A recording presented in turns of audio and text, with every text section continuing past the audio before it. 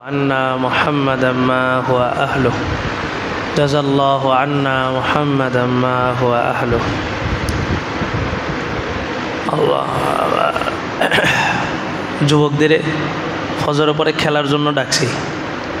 ফজর নামাজ পড়বে, নামাজের পরে কিছুক্ষণ খেলাধুলা করে পরে যাব। এমন একটা সময় পার করতেছি আমরা, যে সময়টা নামাজ যতটা ফরজ, রোজা হজ জাকাত যতটা ফরজ, তার চাইতে বড় ফরজ হইল যুদ্ধের ট্রেনিং দেওয়া। ইসলাম পালন করার চাইতে ইসলামকে হেফাজত করা বেশি জরুরি। পালন করলাম, ইসলাম হেফাজত হইল না। আর ইসলাম সর্বযুগে দুইটা মাধ্যমে টিকে আছে, এটা হচ্ছে দাওয়াত আর এটা হচ্ছে জিহাদ।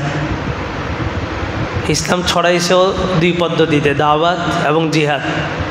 ইসলাম ক্ষমতায় গেছেও দুই পদ্ধতিতে, দাওয়াত এবং জিহাদ। ইসলাম এই পর্যন্ত আসছে, মদিনার ইসলাম এই বাংলাদেশ পর্যন্ত আসছে, এবং কিয়ামত পর্যন্ত যদি থাকে তো পদ্ধতি দুইটা, দাওয়াত এবং জিহাদ।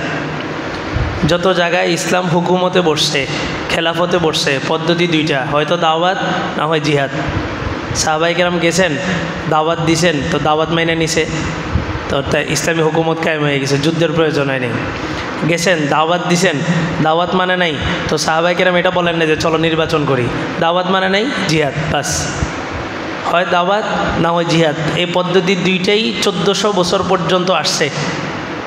আর এই পদ্ধতি দুইটা কোথাও ব্যর্থ হয় নাই, কোথাও ব্যর্থ হয় নাই যে আপনার নতুন পদ্ধতি আনতে হবে। পদ্ধতি এই দুইটাই, হয় দাওয়াত চলবে না হয় জিহাদ চলবে। নামাজ পড়া কি ফরজ, তাহলে নামাজ শিক্ষা গ্রহণ করাটাও কি ফরজ। যেই কাজ ফরজ ওই কাজ শিখাটাও ফরজ। যেই কাজ ওয়াজিব ওই কাজ শিখাটা ওয়াজিব। যেই কাজ সুন্নত ওই কাজ শিখাটা সুন্নত। জিহাদ কি? জিহাদ ফরজ। নামাজ যেমন ফরজ, জিহাদও এমন ফরজ। এখন কি জোহরের নামাজ পড়া যাবে না? কেন? সময় হয়নি। জিহাদও এমনই একটা ফরজ, এটা সময় না হওয়ার কারণে আমরা করতেছি না, কিন্তু সময় হইলে এটা করতে হবে। তাহলে জোহরের নামাজ ফরজ, জোহরের নামাজ এখন থেকেই শিখে রাখতে হবে, এখন থেকেই, যে জোহরের নামাজ কি কি করতে হবে। তো জিহাদ ফরজ, জিহাদ আসলে জিহাদ শিখা না, জিহাদ আসার আগে থেকেই জিহাদের ট্রেনিং নিতে হবে। আল্লাহ স্পষ্ট বলছেন, ওয়াইদ্দু লাহুম মাস্তাতাতুম মিন কুওয়া, যে তোমাদের সামর্থ্য অনুযায়ী যতটুকু শক্তি আছে অতটুকু শক্তি দিয়া তোমরা প্রস্তুতি গ্রহণ করো। মির রিবাতিল খাইল ফাতুরহিবুনা বিহি, এই যে যেটা মারে এটা কি বলে, মিসাইল, ঘোড়া, এগুলা দ্বারা। সালমান ফার্সি রাদিয়াল্লাহু তাআলা আনহু সর্বপ্রথম এই মিসাইলের যে পদ্ধতিটা, পাথর, কাপড়ের মধ্যে পাথর পেঁচায় তারপর কাপড়টাকে ঘুরে ঘুরে তারপর মারতো, এটা সর্বপ্রথম মানে অস্ত্র হিসাবে এটা ব্যবহার করা হয়েছে। এই একজনকে দাঁড় করানো হইতো, ওদের তো হাট্টা শরীর ছিল। সাহাবিদের যুগে শরীরগুলা আরও বড় ছিল, এখন আমরা একটু ছোট, আমাদের পরবর্তী প্রজন্মগুলো আরও ছোট হবে। কিয়ামত পর্যন্ত এভাবে মানুষের সাইজ কাদ এটা ছোট হইতে থাকবে। ইউটিউবে দেখবেন একটা ভিডিও আছে, এক সাহাবীর কবর স্থানান্তর করার সময়, ওই সময় একটা জাপানের একটা ভিডিও ফুটেজ এটা ধারণ করছে। এক সাহাবীর কবর সমুদ্রের পাড় থেকে এক জায়গা থেকে আরেক জায়গায় নেওয়ার সময়, এটা এখনও আছে ভিডিওটা। ওই সাহাবী যুদ্ধের সময় যে এখানে আহত হয়েছে, ওইখান থেকে প্রায় 600-700 বছর পর ওখান থেকে রক্ত বের হইতেছে, মানুষ রুমাল দিয়া মুছে মুছে নিতেছে। তো ওইখানে ওই ভিডিওটার মধ্যে দেখবেন চেহারাটা এত বড় চেহারা। তো সাহাবীদের আকৃতি বড় ছিল, তো দুইজন দুই পাশ দিয়ে এভাবে ধরতো, আরেকজন সামনে থেকে কাপড়ের এক পাশে পাথর পেঁচায় কাপড়টা ঘুরে ঘুরে তার পেটের মধ্যে মারতো, তো মানুষ মারা যেত। এই অস্ত্র আল্লাহ বলেন, ওয়াতুরহিবুনা বিহি আদুওয়াল্লাহি ওয়া আদুওয়াকুম, আল্লাহর শত্রু এবং তোমাদের শত্রুর বিরুদ্ধে তোমরা কি করো? প্রস্তুতি গ্রহণ করো। এখন যদি দোয়া দিয়ে কাজ হয়ে যেত, দোয়া, আল্লাহ বিজয় দেন, আল্লাহ মুসলমানদেরকে আপনি হেফাজত করেন, আল্লাহ ফিলিস্তিনের মুসলমানদেরকে আপনি সাহায্য করেন, শুধু দোয়া দিয়ে যদি কাজ হইতো, বলেন মুহাম্মদ সাল্লাল্লাহু আলাইহি সাল্লাম থেকে বেশি দোয়া কার কবুল হয়? রাসূলের চাইতে দোয়া বেশি কারো কবুল হবে? হবে না। রাসূল হাত উঠাইতে দেরি, কবুল হইতে দেরি হয়নি। সাহাবী আয়েশা বলেন যে খুতবা চলতেছে, জুমার খুতবা, তো বলে যে ইয়া রাসূলুল্লাহ, মদিনায় আজকে এক সপ্তাহ পর্যন্ত কোনো বৃষ্টি নেই, জানোয়ারগুলা, পশুগুলা পানি পান না করতে পেরে মারা যেতেছে, এবং মরুভূমিগুলা জমিগুলা ফাইটে যেতেছে, চাষাবাদ করা যাইতেছে না। আল্লাহ রসুল খুতবার মাঝখানে হাত উঠেছেন, আল্লাহুম্মা আসকিনা গাইসান মুগীসা, আল্লাহ বৃষ্টি দেন, বৃষ্টি দেন, আমাদেরকে বৃষ্টি দেন। আল্লাহ রসুল হাত উঠাইছেন, নামানির আগেই হঠাৎ করে সাহাবায়ে কেরাম বলেন যে পুরা চতুর্পাশ অন্ধকার হয়ে গেল, মুষলধারে বৃষ্টি শুরু হইল। রাসূল দোয়া করছে তো বৃষ্টি হওয়ার জন্য, বন্ধের জন্য দোয়া করে নাই, আগামী 1 সপ্তাহ পর্যন্ত বৃষ্টি হয়েছে। এত বৃষ্টি মদিনার মরুভূমিতে বন্যার রূপ ধারণ করছে, মরুভূমি এলাকা বন্যা হয়ে যেতেছে। পরের সপ্তাহ রাসূল আবার খুতবায় দাঁড়াইছেন, ওই সাহাবী আবার আসছেন, আয়েশা বলে যে ইয়া রাসূলুল্লাহ, আমাদের তো ঘর বাড়ি সব কিছু ভরে যেতেছে, বৃষ্টিতে একদম সব ফসল টসল সব নষ্ট হয়ে যেতেছে, পশুগুলা এই প্রাণীগুলার উপরে বৃষ্টি, এটা ঠান্ডা লেগে গেছে। রাসূল হাত উঠাইছেন, আল্লাহুম্মা সাইয়্যিবান নাফিয়া, আল্লাহুম্মা হাওয়া আলাইনা ওয়ালা আলাইনা, আল্লাহ আমাদের উপরে বৃষ্টি দিয়ে না, জঙ্গলে বৃষ্টি দেন। বলে যে রাসূল হাত নামানির আগেই বৃষ্টি একদম মুহূর্তের মধ্যে বন্ধ হয়ে গেছে। বৃষ্টি শেষ, রোদ শুরু হয়ে গেছে, সূর্যের তাপ প্রখরতা। রাসূল হাত উঠাইলে দোয়া কবুল। এই রাসূল পর্যন্ত দোয়া না করে যুদ্ধের ময়দানে যে আহত হয়েছে। আমি আর আপনি তসবিহ লেয়া, তারপরে জিকির লেয়া, দোয়া লেয়া, এটা দিয়ে বিজয় মুসলমানদের কখনোই আসবে না। এটা দিয়ে যদি বিজয় আসতো তো মুহাম্মদ সাল্লাল্লাহু আলাইহি সাল্লাম পদ্ধতি দেখায় দিতেন যে মসজিদে বসো, তসবিহ নাও, জিকির করো, সবাই মিলে দোয়া করো, তো দেখবো মুসলমানদের বিজয় হয়ে যাবে। না, রাসূল নিজেই 27টা না 28টা যুদ্ধের মধ্যে নিজে অংশগ্রহণ করছেন, সারিয়া পাঠাইছেন, গাজওয়া হয়েছে। আল্লাহর এই জন্য প্রস্তুতি। দেখবেন আমরা দেখছি ছোটোবেলা, আমি আমার কথাই বলতেছি, আমার নানি নানা এনাদেরকে দেখতাম যে মানে 80-90 পার হয়ে যাওয়ার পরে হয়তো কখনো ওষুধ গ্রহণ করছেন, ওষুধ 80-90-100 পার হয়ে গেলে তখন। আর এখন ভূমিষ্ঠ হয়েছে, বাচ্চা প্রসব হয়েছে, ওই দিন থেকে ওষুধ শুরু হয়ে গেছে। বাচ্চারে না মারে খাওয়ায়, কাজে দুধের মাধ্যমে ওষুধটা বাচ্চার মধ্যে যাবে, তো এই যে ওষুধ শুরু হয়েছে। তো এই ওষুধে আমরা একটা ফার্মের মুরগি তৈরি হয়েছি, একটু দৌড়াইলেই শেষ, আমরা আর কিছু করতে পারতেছি না। তো আর যাদের বিরুদ্ধে আমাদের অবস্থান হবে আগামীতে, তারা কিন্তু সর্ব ধরনের প্রস্তুতি নিয়ে রাখতেছে। ফেনী জিম সেন্টার একটা আছে এখানে, এখন মনে হয় হক টাওয়ারে নিয়ে গেছে। আমি কিছুদিন ওখানে গেছিলাম, তো জিম সেন্টারের মালিক আমারে বললেন যে হুজুর, মানে দুঃখের সাথে বলতেছি, আমার এখানে মুসলমানদের চাইতেই হিন্দুদের সংখ্যা বেশি। জিম সেন্টারে একটা সামান্য জিম সেন্টার, এটাতে তো আর মারামারি মার্শাল আর্ট শেখানো হয় না, একটা সামান্য জিম সেন্টারে মুসলমানদের চাইতে হিন্দুদের সংখ্যা বেশি। ফেনীর কথা বলতেছি, বাংলাদেশ অন্য জেলা না, ফেনী। তো সব জায়গায় কারাটে মার্শাল আর্ট যেখানেই শিখাইতেছে সবখানে হিন্দুদের সংখ্যা বেশি, মুসলমানরা কই। শখের বশত কেউ কেউ জিমে যাচ্ছে, শখের বশত, যুদ্ধের প্রস্তুতি হিসাবে না, শখ করে জিমে যেতেছে, একটু বডি তরি বানাবে, শখ। অথচ সামনের এক ভয়াবহ পরিস্থিতি আসতেছে। রাসূল বলেন কিয়ামতের আগে যে যুদ্ধটা হবে মালহামা, যেখানে 199 জন মৃত্যুবরণ করবে, 199 জন, ওই যুদ্ধটার মধ্যে কোনো পিস্তল বন্দুক এগুলো কিছুই চলবে না। ওখানে সরাসরি সম্মুখ যুদ্ধ হবে, সম্মুখ। আরবের যে ফুরাত নদীর পানি শেষ হবে এবং স্বর্ণের খনি দেখা দিবে। অলরেডি সেখানে আরও গত 1-1.5 বছর আগের একটা জরিপ দেখলাম, 40 থেকে 45টা দেশের ঘাঁটি, ওই যে নেটো বাহিনীর সদস্যগুলো সব একসাথে হয়ে গেছে। ফুরাত নদী শুকায় ওখান থেকে স্বর্ণের পাহাড় বের হবে, রাসূল বলছেন। সেখানে একটা কঠিন যুদ্ধ হবে, 80টা দেশের মধ্যে 80টা পতাকা একত্রিত হবে। 80টা পতাকা মানে 80টা দেশ একত্রিত হবে। এত কঠিন যুদ্ধ হবে যে 100-র মধ্যে 99 জন মৃত্যুবরণ করবে। তো ওই সময় এই যে পিস্তল, বোম, এই পারমাণবিক এগুলো কাজ করবে না। কেন? এই তৃতীয় বিশ্বযুদ্ধ ও দাজ্জাল একটা বই আছে, এখন মনে হয় মার্কেটে আছে কিনা জানি না। তৃতীয় বিশ্বযুদ্ধ ও দাজ্জাল, এটা মূলত পাকিস্তানের আসেম ওমর সাহেব লিখছিলেন, ওটার বাংলা করা হয়েছে। ওটার মধ্যে আছে যে কিয়ামতের 15টা নিদর্শনের মধ্যে একটা নিদর্শন হচ্ছে পুরা পৃথিবীটা ধোঁয়ায় আচ্ছাদিত হয়ে যাবে। ধোঁয়া, হঠাৎ একটা কালো ধোঁয়া বের হবে, পুরা পৃথিবীটাকে সূর্যের তাপ থেকে আলাদা করে দিবে, সূর্য থেকে আলাদা করে দিবে। পৃথিবীটা তো মনে করেন এটা তো একটা মহাশূন্য, স্পেস আছে অনেকগুলা, আসমানের নিচে স্পেস, গ্যালাক্সি বলে আর কি। শত শত এই স্পেসটার ভিতরে শত শত কোটি কোটি গ্যালাক্সি আছে, তার মধ্যে আমাদের পৃথিবী একটা। এরকম অসংখ্য কোটি কোটি গ্যালাক্সি আসমানের মহাশূন্যের ভিতরে ভাসমান। তো এই ধোঁয়াটা যখন ছড়ায় যাবে তখন সূর্যের তাপ পৃথিবী পর্যন্ত আসবে না। আর পৃথিবীর যত বারুদ আছে, বারুদ আপনি মিসাইল বলেন, পারমাণবিক বলেন, পিস্তল বলেন, যত কিছু আছে কিসের মাধ্যমে চলে? বারুদ। বারুদ ছাড়া কোনো গুলি চলবে না। যে বুলেট বানানো হয়, বুলেটের ভিতরেও কী দেওয়া হয়? বারুদ। বাচ্চারা যে বাজি ফুটায়, এটার মধ্যেও কি? বারুদ। মিসাইল, পারমাণবিক, যেটাই বলবেন, ভিতরে কি? বারুদ। ব্লাস্ট হওয়ার জন্য বারুদ লাগবে। তো এই সূর্যের তাপ যখন পৃথিবীতে পড়বে না, তখন মানুষ কৃত্রিম সূর্য আবিষ্কার করবে, যেটা জাপান গত 10-15 বছর যাবৎ চেষ্টা করতেছে, ওরা কৃত্রিম একটা সূর্য আবিষ্কার করতেছে। তো ওই সূর্যের তাপে বারুদ চলে। মানুষের সূর্যের তাপে বারুদ হবে না, তাজা থাকবে না। তো বারুদ যখন তাজা থাকবে না, তখন এই সমস্ত সব কিছু অকেজ হয়ে যাবে। যুদ্ধ কোন পদ্ধতিতে হবে? ওই যে সাহাবীদের যুগের যে পদ্ধতি ছিল, সামনাসামনি তরবারি, ওই যুদ্ধের দিকেই যাবে। এটা আপনি মানতে কষ্ট হইতেছে, আমি মানতে কষ্ট হইতেছে, কিন্তু কাফের মুশরিক বেঈমানদের মানতে কষ্ট হইতেছে না। তারা জানে মুহাম্মদ সাল্লাল্লাহু আলাইহি ওয়াসাল্লাম যেটা বলছেন ওইটাই হবে। ওরা আপনাদের চাইতে, আমার চাইতে বহু হাজার গুণ বেশি বিশ্বাসী রাসূলের হাদিসের উপরে, যেটা হবেই হবে। মুহাম্মদ সাল্লাল্লাহু আলাইহি ওয়াসাল্লাম যেটা বলছে এটা হবে। তো তারা প্রস্তুতি নিতেছে।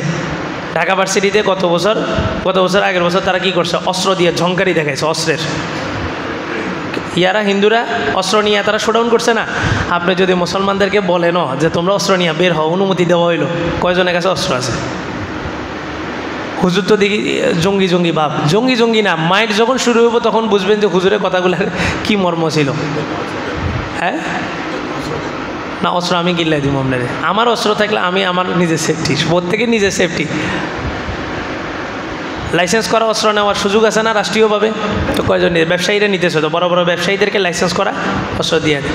তো অস্ত্র আপনারই দিবে না, কিন্তু আপনার পার্বত্য অঞ্চলে যায় দেখেন, ভিতরে প্রত্যেকটা ঘরের প্রতিটা সদস্যের কাছে অস্ত্র আছে। এই যে পার্বত্য অঞ্চলগুলা, সেনাবাহিনী, র্যাব, বিডিআর, এতগুলা বাহিনী যে কন্ট্রোলে আনতে পারতেছে না কেন? সশস্ত্র তারা বাহিনী তৈরি করে ফেলছে। প্রত্যেকটার ঘরের মধ্যে অস্ত্র কোথা থেকে আসছে? সব বাহিরের থেকে সাপ্লাই করা হইতেছে। সিলেটে আরও আগে একবার জামাতে গেছিলাম 2015 না 16 সালে সিলেটে।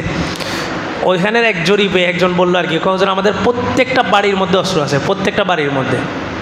ওরা মানে হিন্দু মুসলিম হিসাবে না, ওইটা হচ্ছে ওই সিলেটের সবাই বাহিরে থাকে হিসাবে, তাদের টাকা পয়সা সব কিছু মিলে ওরা এমনি অস্ত্র রাখে। আরবের কালচার ছিল এটা বাহিরের রাষ্ট্রগুলোতে। এখন আলহামদুলিল্লাহ আফগানিস্তানে এটা শুরু হয়েছে, মুসলমানদেরকে মানে জনগণের হাতে অস্ত্র উঠাই দেওয়া হইতেছে। এতে হয় কি, অভ্যন্তরীণ শৃঙ্খলা যদি বজায় রাখতে পারে, তো রাষ্ট্রীয় একটা অবকাঠামো শক্তিশালী হয়, যে প্রত্যেকটা জনগণের কাছে কি আছে? অস্ত্র আছে। আল্লাহ এবার এই জন্য সকালে ফজরের পরে ঘুমানো এটা নিষেধ, হাদিসের মধ্যে স্পষ্ট নিষেধ আছে। ফিরোজ সাহেব, আদিব শাহ হুজুর, ওই আহমদুল্লাহ শাহ হুজুরের আগে যিনি বয়ান করেন, মুফতি শাহ হুজুরের আগে, উনি একটা হাদিস বলছিলেন একবার এখানে আইসা, যে আল্লাহ রসুল বলেন, যে ব্যক্তি সকালে ঘুমন্ত অবস্থায় সকালটা শুরু করে ঘুমায়, তার সারা দিনটা, রসুল বদদুয়া করছে, তার সারা দিনটা যেন খাবাসাত, খবিসের মতো যেন কাটে, সারাদিন কোনো বরকত থাকবে না কোনো কাজে। আর যেই ব্যক্তি সকাল অন্তত সূর্য ওঠার আগ পর্যন্ত জাগন থাকে, আল্লাহ রসুল দোয়া করছেন, আল্লাহুম্মা বারিক লি উম্মতি ফি বুকুরিহা, আল্লাহ আমার উম্মতের জন্য আপনি সকালে কি দেন? বরকত দেন। আশ্চর্য হয়ে যাবেন, পশ্চিমাদের কালচার সম্পর্কে শুনলাম, তাদের সকালে, বাঙালিরা ওখানে কাজ করতে যায়, তো ওরা রিপোর্ট দিছে, বলে যে সকালে পায়ের জুতার আওয়াজে ঘুমাইতে পারি না। ফজরের থেকে ওদের কাজ শুরু হয়ে গেছে, ফজর থেকে। তারা গবেষণা করে দেখছে রাসূল যে কথাগুলো বলছে, সর্বশেষ ডাক্তারের সমস্ত গবেষণার প্রেসক্রিপশন সর্বশেষ কোনটা? রাসূল যেটা 1400 বছর আগে বলে গেছেন ওইটা।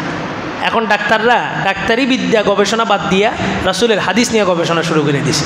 কারণ রাসূলের চাইতে বড় ডাক্তার কি পৃথিবীতে কেউ আছে নাকি? নাই। তো এখন তারা কি করে? সকাল সকাল কাজ করে। বাঙালি যেগুলো কাজ করতে গেছে ওরা বলে, কাজে হুজুর ইশারের নামাজের পরে আপনি কাউরে বাইরে দেখবেন না, মাগরিবের সাথে সাথে খাবার খেয়ে ফেলে বিকালবেলা। আমরা তো বিকালে নাস্তা করি, রাত্রে 10টা, 10:30, 11টায় খাবার খাই।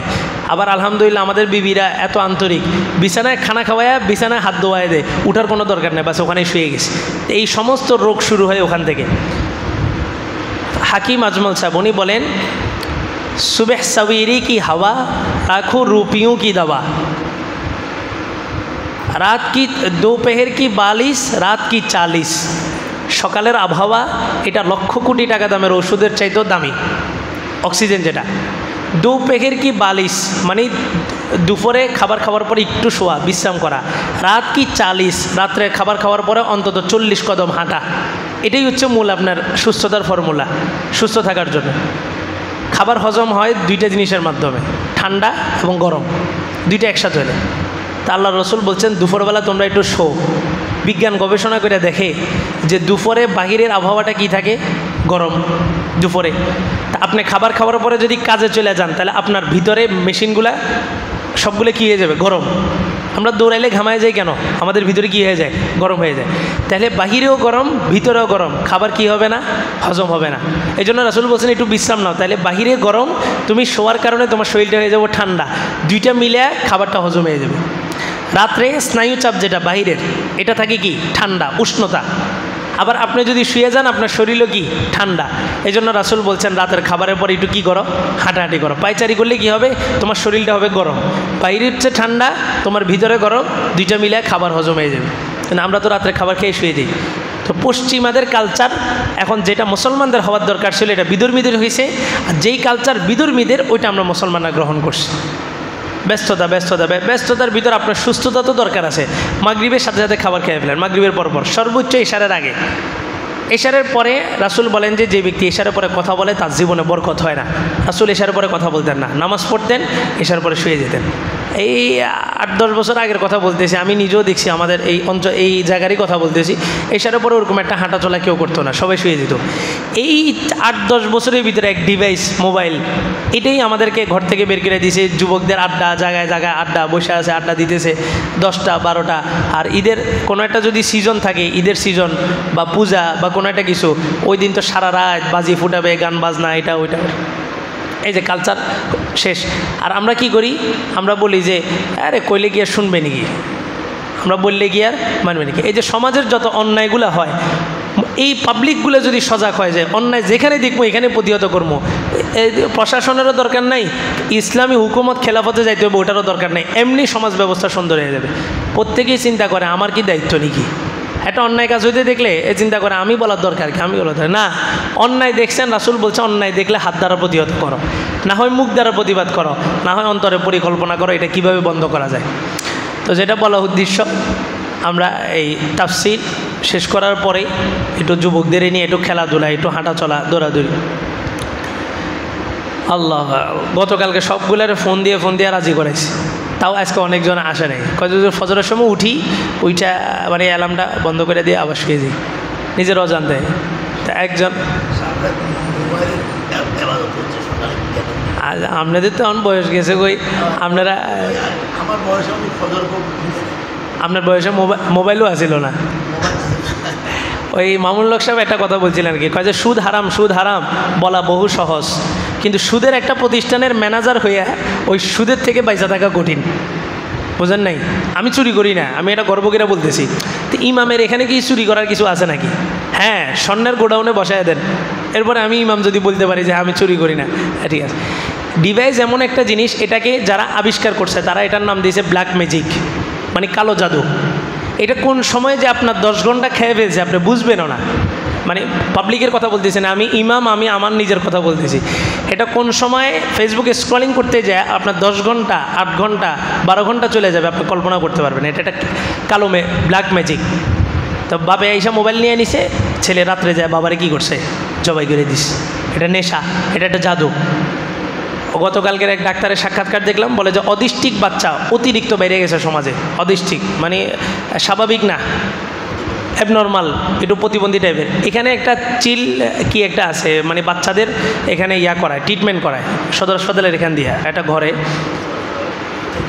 টেকনিক্যাল অপোজিটে। এখানে মানে যে সমস্ত বাচ্চাগুলো বেশি দুষ্ট, সমাজ কল্যাণে বাচ্চাগুলো ট্রিটমেন্ট করে। তা আমার এক গার্ডিয়ান আছে, উনি ওনার বাচ্চা নিয়ে ওখানে যায়। তো জিজ্ঞেস করলাম কতজন আছে, ওখানে ওজোর 50-60টা বাচ্চা আছে, প্রত্যেক সপ্তাহে 2 দিন ক্লাস হয়। বাচ্চাগুলোর মানে একটা লাইনে আনে, ওই যে মোবাইল দিয়ে ভাত খাওয়াইছে, মোবাইল দিয়ে ঘুম পাড়াইছে, এই মোবাইলই বাচ্চা শেষ করে ফেলছে। আল্লাহ তাআলা আমাদের যুব সমাজকে বিশেষভাবে হেফাজত করুন।